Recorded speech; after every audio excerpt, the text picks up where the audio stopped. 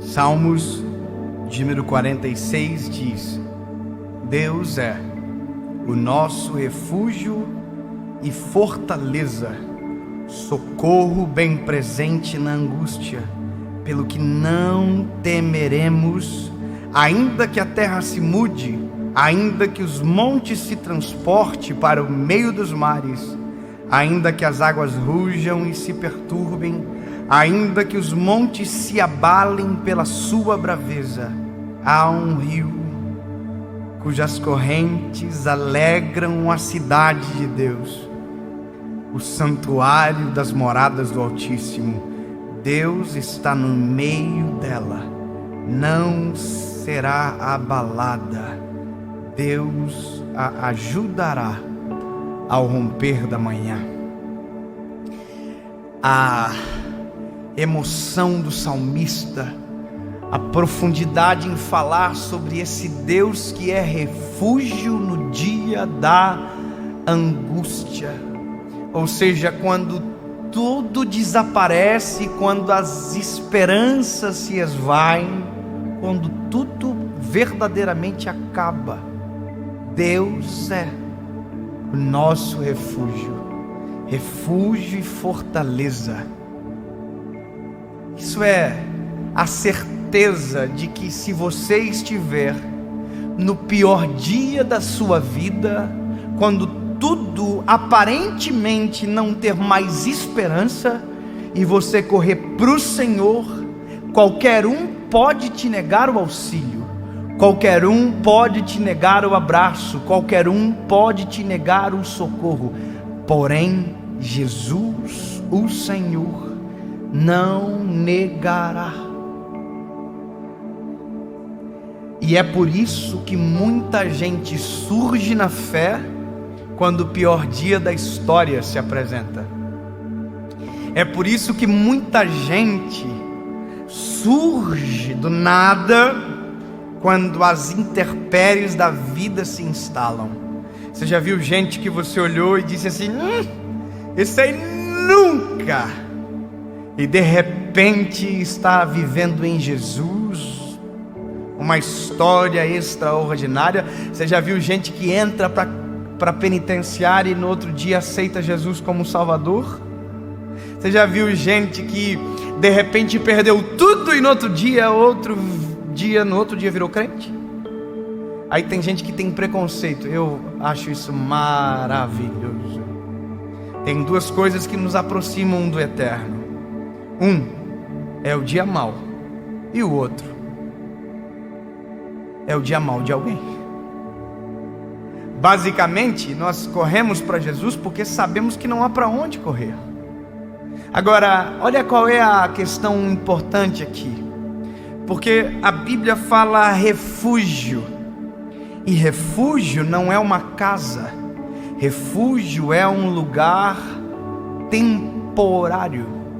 Refúgio, você se esconde enquanto a chuva está caindo, enquanto o vento está soprando, enquanto a tempestade está lá fora. Mas quando o vento acaba, a tempestade acaba, o vento cessa, você desaparece do refúgio. E talvez só volta para o refúgio quando o dia mau se instala novamente. E aí há uma falsa sensação de que está tudo bem, e por isso que está cheio de gente pensando que está tudo bem e está longe de Jesus. E eu quero dizer para você uma coisa: eu nunca vou desejar o dia mau de ninguém, mas eu trabalho com pessoas vivendo dia mau todos os dias. Todos os dias eu recebo alguma mensagem de alguém dizendo que quer perder a vida, que quer morrer, que quer suicidar. Eu recebo mensagem de alguém que está perdendo o casamento, alguém que está abandonando a família, alguém que está desesperado. E eu sempre estou apontando: é para lá, é Cristo. E é isso que eu faço todos os dias. Eu sou essa voz de consolo, dizendo: Jesus pode salvar você, Jesus pode sarar a sua história, Jesus pode mudar a sua vida por completo. Eu estou apontando: é para lá, é para lá. Mas eu quero que você entenda que a vida com Jesus não acaba quando a tempestade acaba, que a vida com Jesus não acaba quando o vento cessa, que a vida com Jesus não acaba quando o mar para de gerar as ondas. Não, a vida com Jesus começa aqui. Na verdade, a vida começa aqui. Meu lindo, se você orou para que um filho nascesse, para de ser covarde, porque depois que o filho nasceu, você desapareceu. Se você orou para que a doença fosse embora, e a doença foi embora, e você desapareceu junto com ela, toma vergonha na cara. Porque Jesus não é uma fuga, Jesus é uma casa. Jesus é uma morada eterna.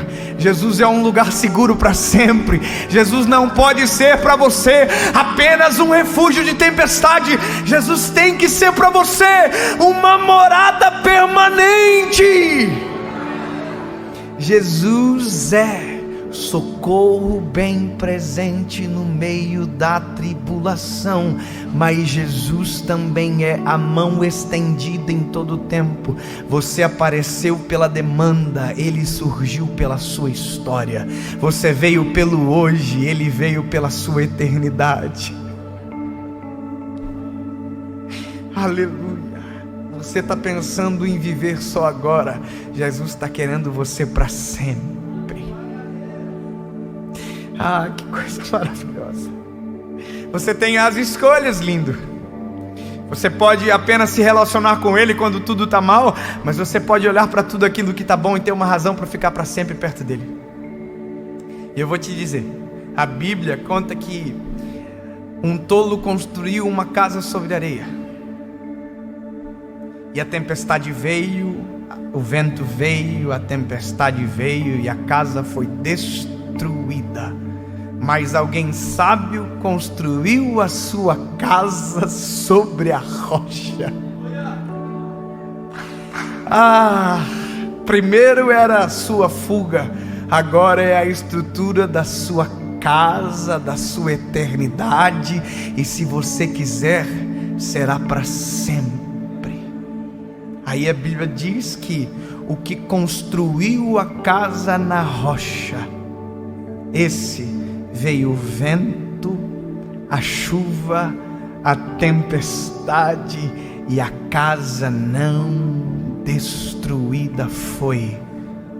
Porque quem constrói a sua casa sobre a rocha tem em Jesus não um refúgio, mas uma morada segura, permanente.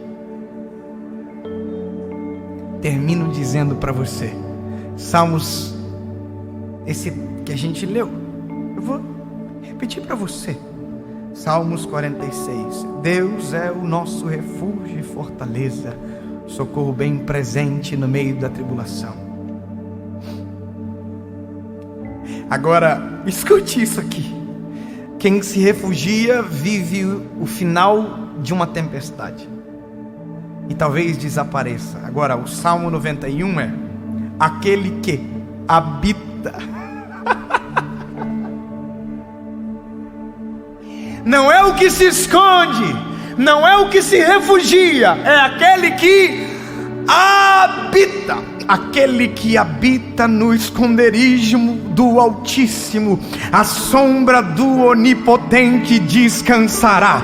Direi do Senhor, Ele é o meu Deus, Ele também é o meu refúgio, a minha fortaleza, e nele confiarei. Salmo 125. Os que confiam no Senhor serão como os montes de Sião, que não se abalam, mas permanecem para sempre. Salmo 121. Elevo os meus olhos para os montes, de onde me virá o socorro? O meu socorro vem do Senhor. Só que não é só no dia mau, é para sempre. Uma mulher chegou por trás de Jesus, tocou na orla do manto dele e foi curada. E alguém pensa que o milagre dela acabou ali, e a Bíblia diz que Jesus parou. Jesus parou e disse: eu quero falar com essa moça, eu quero ver ela, eu quero que ela me conheça. Ela foi por uma demanda, Jesus parou para resolver a história dela. Ela se apresentou a Jesus tremendo de medo, e ela ouviu isso aqui: filha, a tua fé te salvou. Sabe o que é isso? A gente chega para Ele como um escravo sujo, às vezes enlamado até o pescoço. Ele nos cura, nos purifica, nos transforma. E no fim de tudo, olha nos nossos olhos e nos chama de filho.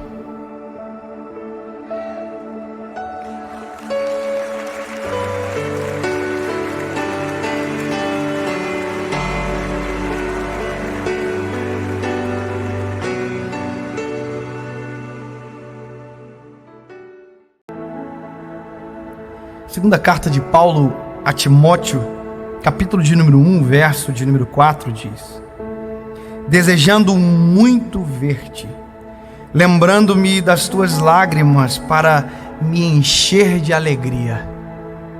Isso aqui é Paulo dizendo para Timóteo que está com saudade, dizendo que ele tem uma lembrança de Timóteo. E a lembrança mais forte que o traz tanta saudade é da última vez que ele viu Timóteo chorando. Sabe, uma lembrança, uma saudade. E ele está dizendo o seguinte: olha, em breve a gente vai matar essa saudade, eu vou até você. Ou seja, a saudade vai acabar quando eu ver você. Deixa eu te dizer uma coisa. Saudade é um sentimento difícil de lidar. A gente tem saudade. A gente tem saudade de muita coisa. Por exemplo, você viu meu filho aqui, o João? Eu tenho saudade de quando ele era pequenininho. Eu tenho saudade quando eu dava banho nele e eu colocava o corpinho dele apoiado no meu antebraço e bastava. Agora não cabe mais.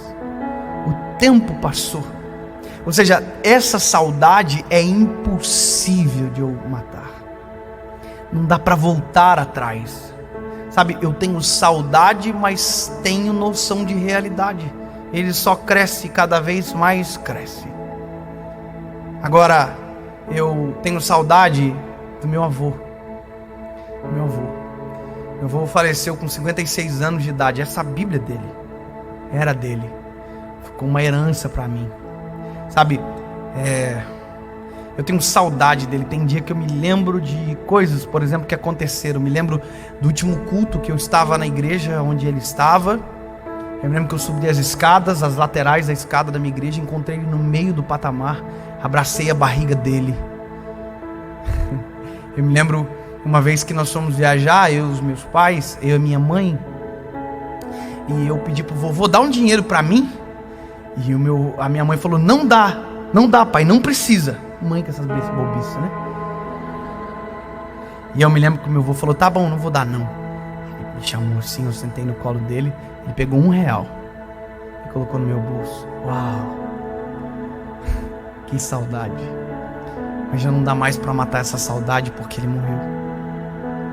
Sabe, não tem mais o que fazer.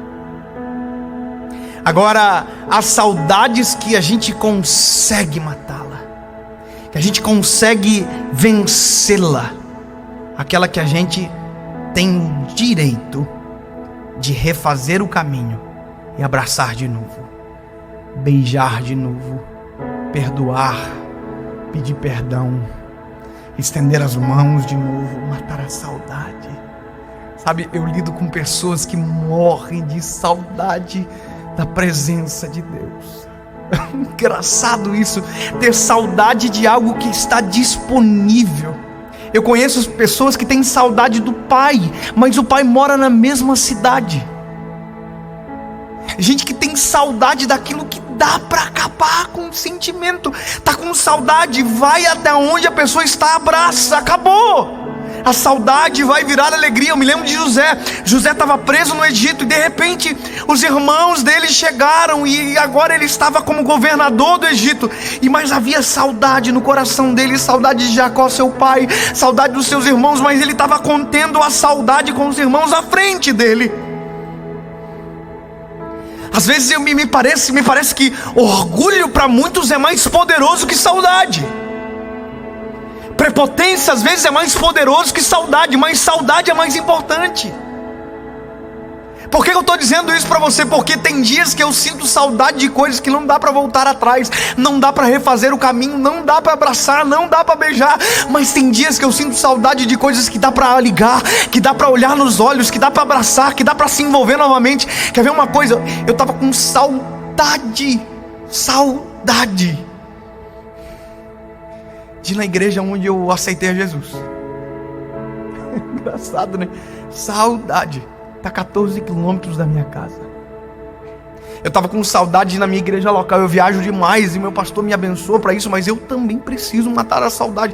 Há 2 domingos atrás eu disse para minha esposa: por favor, não marca nada, eu preciso ter momento de pessoa normal. Eu quero me sentir parte da igreja, eu quero sentar no banco, quero ouvir um pregador. Eu não quero ser o pregador da noite, eu quero ouvir. Saudade. O nosso problema é que a gente administra a saudade e não acaba com ela. Tem gente morrendo de saudade do pai, mas por conta de uma palavra dita na hora errada, não consegue abraçar mais, matar a saudade de um beijo. Oh, como é bom, como é bom amar, se sentir amado. Tá com saudade, às vezes está 1 quilômetro de distância, às vezes está uma passagem aérea de distância. Não mata a saudade porque tem sentimentos que dominam o coração. Vou te dizer uma coisa, uma vez eu peguei eu tava com a minha esposa no carro e a gente deu carona para 3 adolescentes. E uma adolescente disse assim no carro: Raf, eu não aguento minha mãe. Eu devo acordar com aquela mulher chata me chamando, dizendo acorda. E a outra menina disse: ai, é insuportável mesmo. Nossa, a mãe da gente, toda mãe é chata. E elas falando no carro. E a terceira menina olhou para ela e disse: sabe que eu tenho mais saudade da minha mãe, quando me acordava com a mesma voz que vocês estão reclamando, da mesma maneira que vocês estão dizendo. Que saudade que eu tenho da minha mãe. Eu falei: mas como assim? Ele falou: minha mãe morreu faz 9 meses por conta de um câncer. Pelo mesmo motivo que as 2 meninas tinham repulsa, a menina tinha saudade. Pode dizer uma coisa, meu lindo? Aproveite a tua família, aproveite os teus pais, aproveite os teus irmãos, porque o mesmo motivo que hoje pode te irritar, um dia pode ser o fator de saudade. Aproveita quem está perto, aproveita, passa por cima de todo sentimento. Você está com um problema para resolver, pede perdão, mas não deixa a saudade ser sucumbida, não deixa isso matar você. Eu quero terminar dizendo uma coisa para você. Está cheio de filhos que foram embora da casa do pai. Está cheio de pessoas que já viveram os melhores dias na presença de Jesus. Eu conheço pessoas que já foram apaixonadas por Jesus, que já foram pregadores, que já viveram o evangelho, mas que foram feridos pela religião, que foram feridos por pessoas, e hoje morrem de saudade. Mas a saudade não acaba porque as feridas abertas não permitem que elas sejam dissipadas. Faz favor, meu lindo, faz um favor para você, mata a saudade de uma vez por todas. Volta para casa, volta para a presença do Pai. Mata a saudade hoje de quem você precisa. Liga para alguém, pede perdão para alguém, abrace quem faz tempo que você não abraça. Diga que ama quem faz tempo que você não ama. Você quer ser feliz de verdade? A felicidade está na ausência de sentimentos que nos sufocam e na bonança de sentimentos que nos aproximam de Deus e que nos fazem amar as pessoas. Se você está com saudade, mate a saudade. Está com saudade do Senhor Jesus? Está com saudade de ter vida em casa? Deixa eu te dizer uma coisa: a porta da casa do Pai está aberta para você desde o dia que você saiu. Volta para casa.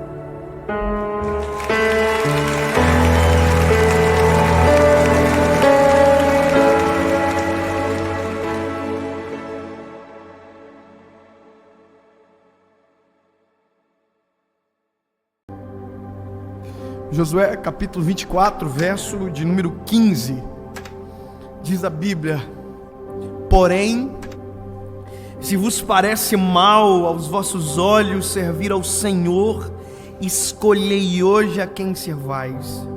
Se os deuses a quem serviram vossos pais, que estavam da além do rio, ou os deuses dos amorreus em cuja terra habitais. Porém eu e a minha casa serviremos ao Senhor. Todo mundo, sem exceção, tem passado. Ninguém consegue viver um presente ou um futuro sem ter um passado. Isso é lógico e racional. O único problema é quando o nosso passado determina o nosso futuro. É quando aquilo que veio antes de nós determina as nossas escolhas para amanhã. É quando as escolhas erradas que foram feitas antes de nós, as palavras lançadas contra nós, sabe, determinam o que eu vou viver amanhã. Nem todo mundo teve o privilégio de nascer numa casa onde palavras de bênção foram a realidade sempre. Nem todo mundo tem o privilégio, a bênção de ter nascido numa casa onde o casamento é feliz de verdade, não é uma aparência ou viver um divórcio. A maioria das pessoas tem dentro da sua família histórias de fracasso, sabe? Ou quase fracassos, ou fracassos completos. E esse texto, para mim, ele é a marca de um conceito que é novo, mas que já está aqui há anos. Autorresponsabilidade. Quando você assume a culpa, o ônus e o bônus das suas escolhas. E quando você assume a escolha, sabe, quando você assume, não de tirar do Senhor, pelo contrário, assume a direção do Senhor para você. Eu acho interessante esse texto, porque quem está ouvindo isso é um povo que são filhos de uma geração que não entrou na terra prometida. Josué não é o que recebeu originariamente essa promessa de chegar, estar na terra que emana leite e mel. Quem recebeu essa promessa foi quem antecedeu ele na liderança. Moisés é aquele que tira o povo do Egito e na peregrinação até essa terra prometida, a qual Deus havia programado para eles viverem um trajeto curto, demora 40 anos pela infidelidade do povo. Chega um momento que Deus se cansa e diz: olha, ninguém vai entrar. Dessa geração ninguém vai entrar. Só entrará os filhos quando o último dessa geração sucumbir. Moisés não entra. Ninguém entra. Os filhos entraram. Só que veja, os pais que apontaram o caminho não conseguiram chegar na terra prometida. Os pais que disseram para os filhos a vida inteira: filhos, olha, um dia nós vamos chegar num lugar onde a Bíblia, o Senhor Deus diz que emana leite e mel, ou seja, nós vamos viver os melhores dias da nossa vida quando nós chegarmos lá. Só que o que eles não entendem é que eles estavam apontando um lugar de bonança, mas já estavam vivendo e desfrutando de bonança. Porque no meio do deserto, no meio da peregrinação, maná do céu, água da rocha, nuvem de fumaça, coluna de fogo, o mar que se abre, o sapato que cresce, a roupa que não envelhece, ou seja, eles estavam vivendo os melhores dias da vida, só não perceberam. Tem gente que não entende que o caminho é tão gostoso quanto o destino. Quando a gente deixa o Senhor controlar, eles estavam vivendo, apontando o lugar, mas não estavam vivendo o caminho, e por isso não entraram. Então, quem entrou na terra prometida sabe o porquê os seus pais ficaram no deserto. Veja, a gente sabe o porquê do fracasso. Quem é filho de pais divorciados sabe exatamente por que os seus pais divorciaram, por exemplo. Se for infidelidade, ele sabe que infidelidade é péssimo. Sabe, se for falta de afeto, ele sabe quanto a falta de afeto implica em um relacionamento. Ou seja, quem tem histórias de fracasso, na verdade tem tudo para dar certo. Porque sabe o que não fazer, o que não repetir, o que não reproduzir. O problema é que tem pessoas que chegam na terra prometida, mas o coração ainda mora no deserto. Ainda é refém de passado, ainda é refém de histórias negativas, sabe? Gente que não acredita no casamento porque os dos pais não deram certo.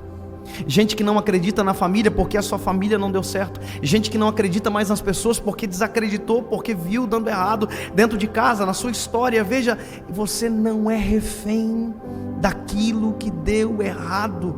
Assuma a responsabilidade para viver algo novo, assuma a ponta, sabe? Muda o paradigma que foi estabelecido sobre você. Você não é fruto de algo que disseram para você, você é fruto daquilo que Deus tem ao seu respeito e disponível para entregar para você. Mas tem uma coisa importante aí: autorresponsabilidade, que é o que Josué está fazendo. Veja, Deus traz à tona, através da boca de Josué, tudo aquilo que o povo viveu no deserto. Deus lembra eles: olha como eu sou bom, olha o que eu fiz. Deus está se esforçando para trazer a memória desse povo que é bom, maravilhoso servir a Deus e não o passado. Só que veja, quando Deus para de falar através da boca de Josué, quem assume é Josué, e Josué está bravo demais. Ele diz: ei, se vos parece mal servir esse Deus, tudo que Deus fez de bom ele contou, e ele diz de maneira sarcástica: se vos parece mal servir esse Deus, escolham quem vocês vão servir. O que ele falou? Escolham a quem vocês vão servir. Ele está dizendo: vocês só são reféns se quiserem. Falaram que você é um idiota, você só será um idiota se quiser. Falaram que você é um fracassado, você só será um fracassado se quiser. Falaram que você não vai dar certo, você só não vai dar certo se quiser. Ei, quem veio antes que você divorciou, não deu certo o casamento, só dará errado o seu se você quiser. Porque se você quiser dar certo, escolha. Se você quiser que a sua vida seja o oposto daquilo que disseram, escolha. Deus tem algo novo para você a partir da decisão que você tomar. Ei, eu não sou aquilo que disseram ao meu respeito, eu sou aquilo que o céu gritou sobre mim nesta geração. Quando eu fui casar, eu vou contar um pouco antes. Quando eu encontrei a minha esposa, Paula, eu casei com a minha primeira namorada. Yes, ganhei. Eu conheci ela quando eu tinha 16 anos. Eu me lembro que eu cheguei em casa, disse para minha mãe: mãe, eu conheci a mulher que eu vou casar. Ela quase morreu. Imagina um filho desse perder. Eu entendo ela. Ela ficou morrendo de ciúme. Ela disse que ela não queria conhecer a Paula. Eu não quero conhecer ela. Durante 30 dias ela não quis conhecer a minha esposa. Depois ela se rendeu. A minha esposa é maravilhosa, linda, é um doce de mulher, é a mulher mais incrível que eu já conheci na minha vida. Por isso casei com ela. E veja, eu me lembro que eu trabalhava de estagiário nessa época no banco. Sabe estagiário do banco? Caixa Econômica? Eu era estagiário da Caixa Econômica. Você sabe que estagiário da Caixa Econômica, com todo respeito à classe, a gente usa uma faixinha assim nas costas, um coletinho azul, uma plaquinha escrita assim: posso te ajudar? Mas na verdade o que eu queria escrever durante 2 anos no colete é: eu preciso de ajuda. Sabe? Tinha vontade de escrever assim: me ajuda, pelo amor de Deus, me socorre dessa vida. Porque a gente ganha pouco, sabe? Escravizado, não tem moral nenhuma. Acabei de denunciar uma profissão, olha só. Mas vamos lá, depois a gente corta isso. Eu me lembro que eu estava na cozinha assim, almoçando, tinha vários funcionários e o estagiário se achando, sentado na mesa. Aí eu me lembro que eu falei assim: gente, eu descobri a mulher que eu vou casar. Aí todo mundo assim: sério? Eu tinha 16 anos, estagiário. Só que eu não disse que ia casar amanhã, só disse que eu tinha descoberto a esposa que ia casar. E aí teve um homem que olhou para mim e falou assim: para de ser idiota. Casar é a pior coisa que existe na vida de alguém. E eu fiquei assim: oh my God. Porque eu era estagiário, ele era funcionário. Então a única coisa que eu podia fazer era ficar quieto. E ele disse: casar é horrível, casar é terrível, dá tudo errado. E foi falando, e foi colocando peso em mim. E eu ficando ruim, e todo mundo ruim. E ele: casamento é a pior coisa que o ser humano inventou. Isso está só. Irmão, quando ele terminou de falar, eu juntei toda a coragem de estagiário que eu tinha, quase nada. Olhei para ele e disse: amado, já preparando para fugir. Falei assim: você é casado? Ele disse: não. Você é o que então? Ele disse: eu sou divorciado. Eu falei: então deixa eu te contar uma coisa. Se eu quiser saber sobre casamento, eu vou perguntar para quem deu certo.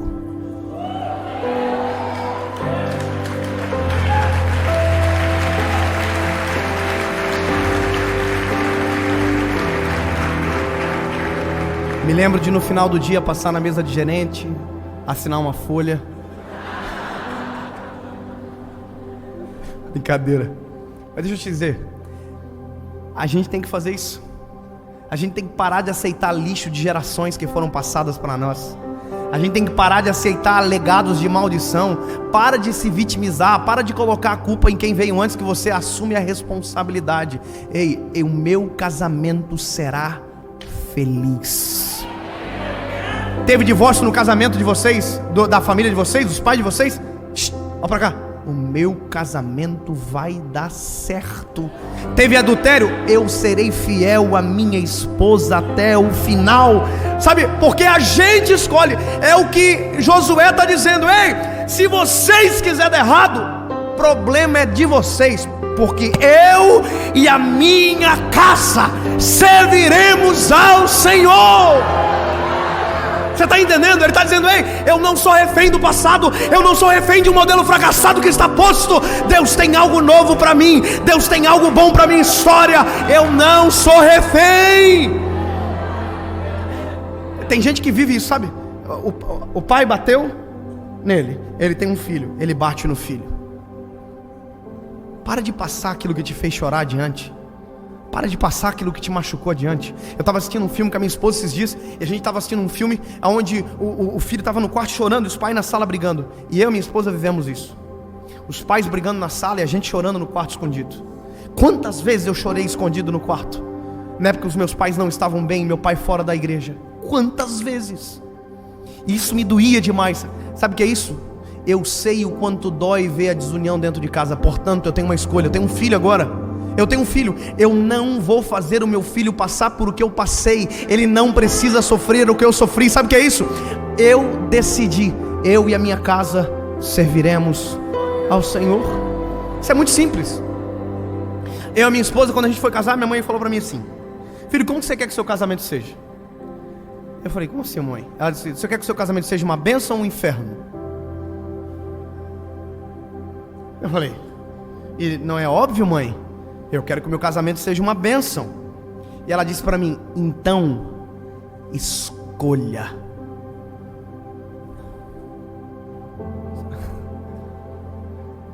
Mãe, como assim? Porque quando a gente escolhe, as nossas atitudes que seguem após a escolha condizem com a escolha que a gente fez.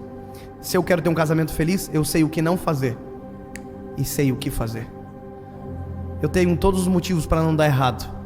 Eu tenho todos os motivos para dar certo, porque o que eu aprendi aqui me apresentou um futuro maravilhoso, brilhante, extraordinário.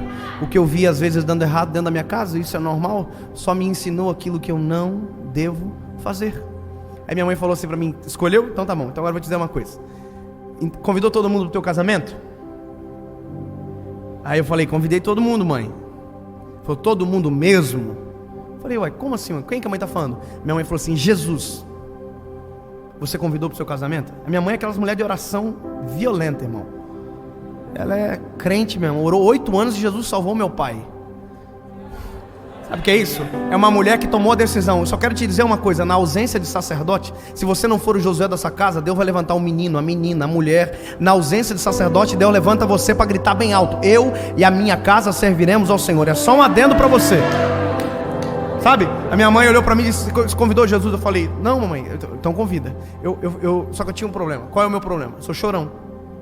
Então qual que é o medo que eu tinha? O medo que eu tinha é o seguinte: se eu entrar chorando na igreja, o pessoal vai pensar que eu estou arrependido. Eu tinha tudo para entrar chorando na igreja. Imagina,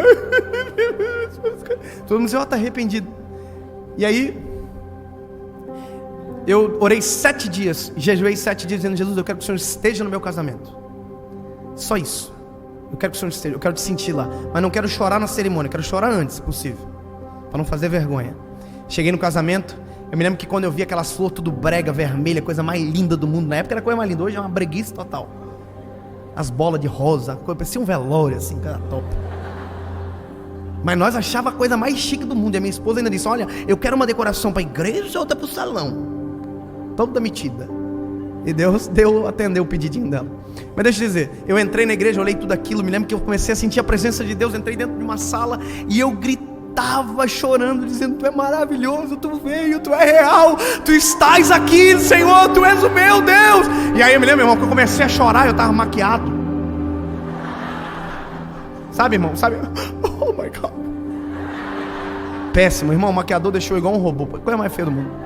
E eu me lembro que eu saí assim, sequei a maquiagemzinha, entrei na igreja, sem chorar, casei com a minha esposa e fui para casa. E no dia que eu fui para casa, sabe quem foi comigo? Jesus. E sabe quem mais? Ninguém.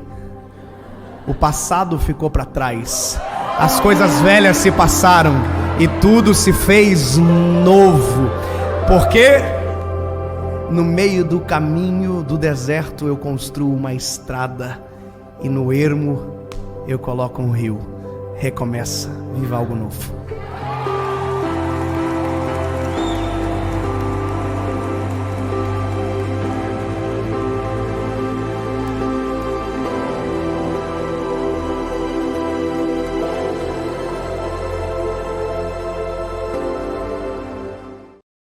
Oi, lindo! Tudo bem com você? Seja muito bem-vindo. Essa é a primeira mensagem da série Alvorecer. Serão 8 mensagens, essa é a primeira, e eu tenho certeza que vai ser luz e esperança para você. Sabe, alvorecer é aquele momento que o sol está nascendo, ou seja, quando a alegria está vindo sobre nós.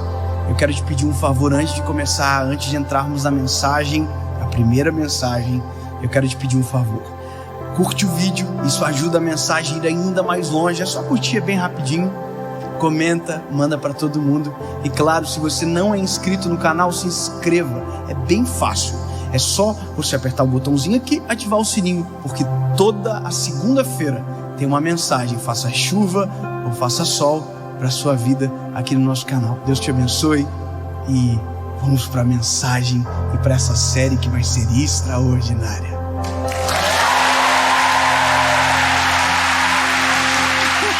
Provérbios capítulo de número 4, versículo de número 23 diz a palavra: sobre tudo o que se deve guardar, guarda o teu coração, porque dele procede as saídas da vida. Uau! Provérbios foi escrito pelo homem mais sábio que a Bíblia nos apresenta. Salomão, obviamente Jesus está aqui, mas de homem, foi o homem mais sábio, porque pediu sabedoria. E o homem mais sábio está dizendo: olha, sobre tudo o que se deve guardar, guarde o seu coração. Obviamente que nós entendemos que aqui ele não está falando do coração que pulsa o sangue, ele está falando do centro das nossas emoções. Nós não falamos cérebro e falamos coração, porque quando nós ficamos ansiosos, preocupados, o que aperta? O coração. Então é algo sensorial. Mas Salomão está dizendo claramente: sobre tudo o que se deve guardar, guarde o seu coração. O tema da mensagem é coração intoxicado. E veja, parece que já é um decreto sobre o que nós estamos vendo agora. E na verdade, de uma certa forma é. Eu vou te dizer como nasceu isso aqui, essa mensagem específica. Tudo o que nós pregamos aqui tem uma base, somente uma base: a Bíblia. A Bíblia é um manual que nos responde todas as nossas perguntas, mas ela só responde as perguntas que nós fazemos, por mais que tenha resposta para as perguntas que nós ainda nem temos, mas já existem as respostas. Só que todas as vezes que nós provocamos, há uma resposta. E eu vou te dizer um negócio.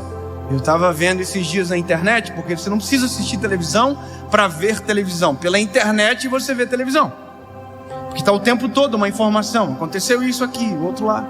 E eu estava vendo essa semana uma briga gigantesca que estava dando daquele programa que o pessoal fica dentro de uma casa. Vocês sabem qual é?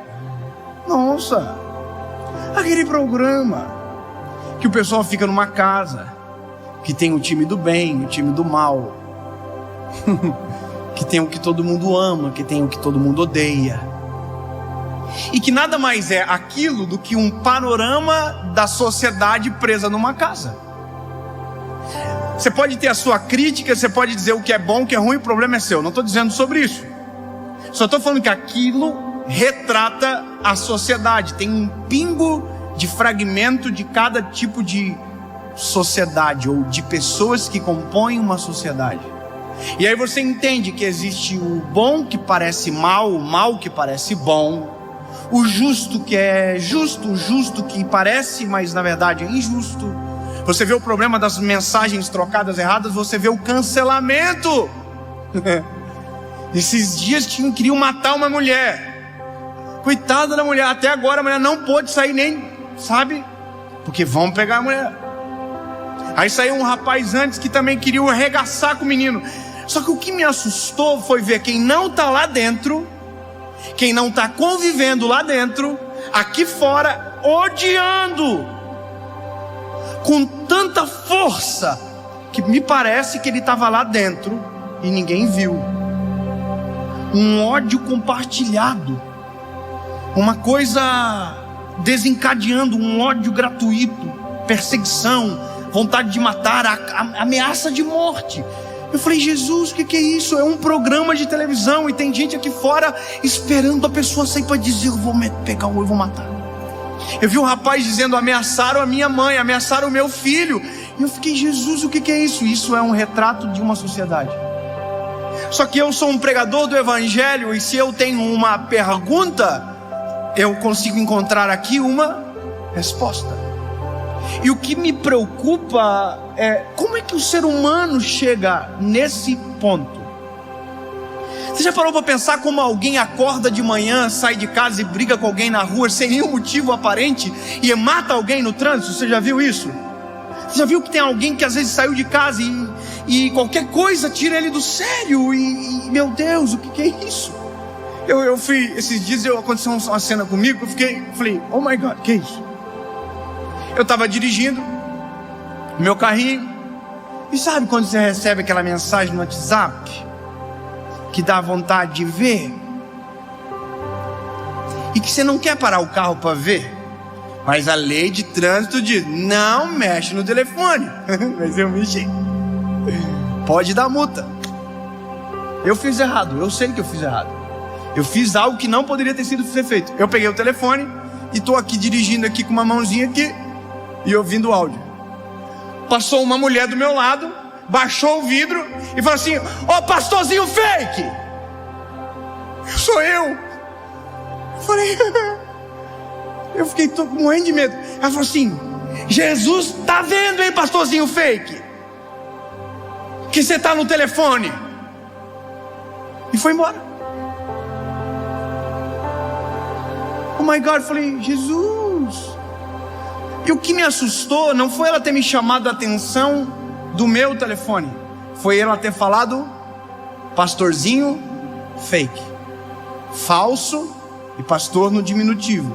Ela me humilhou naquela fala. Só que você acha que é razoável alguém te humilhar, te diminuir por conta de um telefone? Aqui não é razoável. E aí eu chego na resposta para a pergunta: em que nível? Como isso acontece? Eu vou te dizer. Essa rusga dela comigo não começou no dia que ela me viu no telefone. Começou em outro momento que eu nem sei qual é. Ela já deve me odiar por outros fatores. Ela já não gosta de mim por outros motivos. E aquilo foi só a gota d'água para ela dizer: pastorzinho fake! E eu dentro do carro. Eu fiquei tão sem palavra que eu queria até xingar ela, porque eu sou um ser humano. Dá uma cortadinha de frente, uma buzinadinha, uma mãozinha. Mas eu fiquei assim, oh meu Deus. Sabe quando você fica anestesiado? E você fica, por que eu não falei alguma coisa? Mas daí eu entendi. O coração dela já está intoxicado. Sabe, é como se o nosso coração fosse um recipiente aonde nós, ao longo da nossa jornada, vamos armazenando coisas que não deveriam estar dentro dele. Nós transformamos o nosso coração numa lata de lixo, e é por isso que nós andamos tanto à flor da pele como nós estamos andando hoje. É por isso que a gente vê violência gratuita, gente ofendendo, gente xingando. Por quê? Porque o coração está uma lata de lixo há muito tempo. Então, quando o Provérbios, quando o Salomão vai dizer sobre tudo o que se deve guardar, guarda o teu coração, ele está dizendo, porque talvez a curto prazo você não perceba, mas daqui uns dias você vai começar a colher frutos do que está dentro do teu coração.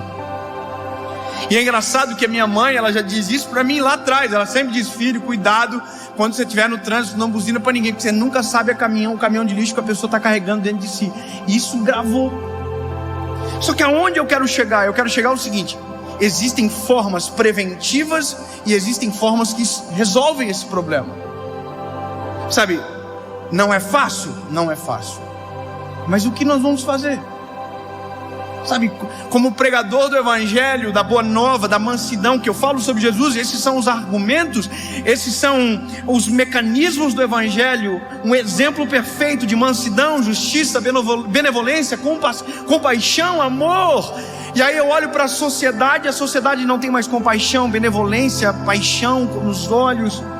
E o que é isso? Retrata um coração intoxicado pelo nosso tempo, pela nossa circunstância. E aí você vê um programa de televisão que as pessoas estão aqui fora como parecendo que estão lá dentro, e elas vão para o trabalho com ódio por conta da Carol. É o nome dela. E gastam 2 horas no trabalho dizendo: aquela mulher sabe o que ela é? Ela é o reflexo de nós. Ela é o nosso reflexo. É o reflexo da nossa sociedade. Todo mundo tem uma história para chegar no ponto que está. Ninguém é daquele jeito gratuitamente. Ninguém tem tanto ódio assim na internet gratuitamente. É uma construção. Começou com o coração vazio e foi enchendo. Lixo, amargura, ódio, rancor, trauma. Só que olha o problema. O problema é que quando o nosso coração está sujo, quando o nosso coração está totalmente carregado de lixo, tudo que são as decisões que nós tomamos são filtradas pelo lixo que a gente carrega dentro de nós. Então, lindo, a gente está vendo gente amarga. Você já viu gente, você fala assim: bom dia, pessoal, bom dia para você. Aí você entende que aquilo ali é só um reflexo daquilo que está apodrecendo aqui dentro. E aí eu preciso te dizer a resposta para como isso melhorar. Provérbios está dizendo: sobre tudo o que se deve guardar, guarde o coração. Então, antes de fazer uma revisão em qualquer área da vida, olhe para o teu coração. Olhe para dentro de você. A palavra vai dizer: examine o homem a si mesmo. Olha para dentro. Olha para dentro. E você vai encontrar. Você vai encontrar o motivo que você está tão à flor da pele, está tratando mal as pessoas. Você já viu os exercícios do básico da vida? Qual que é o exercício do básico da vida? Da bom dia, da boa tarde, da boa noite. Você já foi numa cidade do interior? Você já viu que delícia que é entrar numa cidade do interior? As pessoas falam: bom dia. Eles falam: opa, bom dia. Tem lugar que não fala mais nem um bolso, fala dia. Aí você fala: dia. Boa tarde, todo mundo cumprimenta, olha no olho. Você já vai agora numa cidade maior, você vê que isso já não existe, porque o coração já está por aqui. Eu comecei a fazer há um tempo atrás o exercício de dar bom dia no pedágio, boa tarde, que seja, e chamar pelo nome. Você já viu que todo pedágio tem um nome do atendente na placa? Tem uns nomes que só Jesus, mas eu chamo pelo nome. Você fala assim: bom dia, João. Aí o João olha assim, com cara tipo assim: que isso? Quase que eu falei: é só um bom dia. Não era nada não é um assalto, não é um... Porque as pessoas nem mais com isso estão acostumadas. E aí, eu preciso te dizer, se este é o cenário de um todo, Em nome de Jesus, isso não pode ser o meu cenário. O que está acontecendo não pode ser o meu coração. Então eu preciso resolver aqui dentro. E existem duas formas de resolver isso. A primeira forma de você tirar o que está no teu coração é a forma mais poderosa que existe. A maneira mais poderosa de você aliviar o teu coração é dobrando os teus joelhos, fechando a porta do teu quarto, no secreto. Você diz: Senhor, eu não aguento mais. Senhor, está doendo. Senhor Jesus, eu não consigo suportar. Jesus, eu estou sentindo isso. Senhor, eu estou pesado, meu espírito está angustiado. E aí você faz isso aqui, você tira e você deixa. Aleluia. Sabe, o Senhor diz: deixa vir até mim o que estão cansados e oprimidos, sobrecarregados, que eu vos aliviarei. É Jesus dizendo: eu tiro o que está dentro, arranco para fora e coloco dentro dele meu coração. É eu dentro. Aleluia. Existe outra forma. Existe uma outra forma maravilhosa para limpar o coração. Você vai amar. Essa é maravilhosa. Mais uma. Apocalipse diz: eu estou à porta e bato. Porta da onde? A porta do coração. Eu estou à porta e bato. Mas o coração está sobrecarregado, cheio de sujeira. Não quero receber ele. Não. Aquele que ouvir a minha voz e abrir a porta, eu entrarei e farei morada.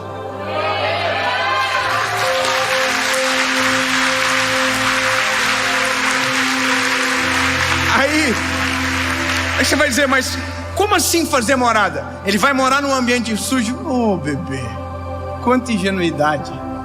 Você vai entrar na maior reforma da sua vida. O seu coração vai ser limpo de fora para dentro. Não adianta ter uma carinha bonita, não adianta ter uma roupa bonita, não adianta ter um visual nice, se o seu coração estiver enegrecido. Deixa ele entrar no teu coração e limpar, purificar, transformar de dentro para fora. Sabe, existe uma outra coisa. Se o seu coração está pesado, se o seu coração está sujo, encontre um amigo de verdade para confessar a culpa, tirar o peso, dividir a carga. Como é importante quando nós encontramos alguém que a gente pode rasgar o coração e dizer: é exatamente isso que eu estou sentindo. E como é bom quando quem ouve é cheio de Deus para dizer: eu sei o que você vai fazer com isso que está dentro do teu coração. Aí você vai dizer o quê? Ele tem que saber da primeira resposta. Dobra o teu joelho no secreto, tranca a tua porta e lança aos pés do Senhor, porque Ele purificará o teu coração. Por isso que é importante andar com gente cheia de Deus. Tem gente que, se você abrir o teu problema, ele lança em cima de você o problema dele. Se você pedir socorro, ele coloca mais medo em você. Tenta falar de pandemia com gente que está assustada. Ela vai te deixar ainda mais assustada, com ainda mais medo. Agora fala com alguém que tem um olhar de esperança sobre tudo. Alguém que tem Deus no coração e que está acalmo pelo próprio Espírito. É diferente. Você entendeu onde eu quero chegar? O nosso coração está, mas eu quero crer que dá para usar o tempo verbal diferente agora. O nosso coração estava intoxicado, porque em nome de Jesus, tudo que nos paralisa, tudo que nos atrasa, tudo que nos faz ser a pessoa que nós não queremos ser, será retirado de dentro de nós. Se você precisa pedir perdão, peça perdão. Se você precisar abraçar, abrace. Se precisa dizer que ama, diga que ama. Mas não deixa nada atrapalhar o teu coração. Sobre tudo o que se deve guardar, guarde o seu coração.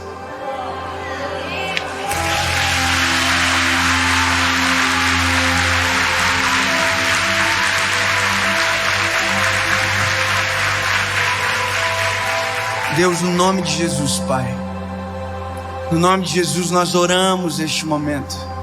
Oramos por pessoas que estão com o coração apertado, angustiado, Senhor, carregando dentro de si aquilo que não poderia estar. Deus, em nome de Jesus, nós rasgamos o nosso coração nos teus pés. Nós lançamos sobre o Senhor a nossa ansiedade, o nosso medo, as nossas frustrações, tudo sobre o Senhor, Pai.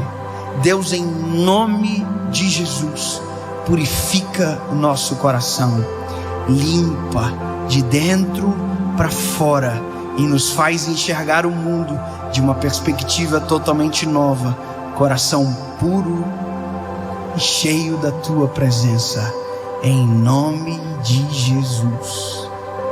Amém.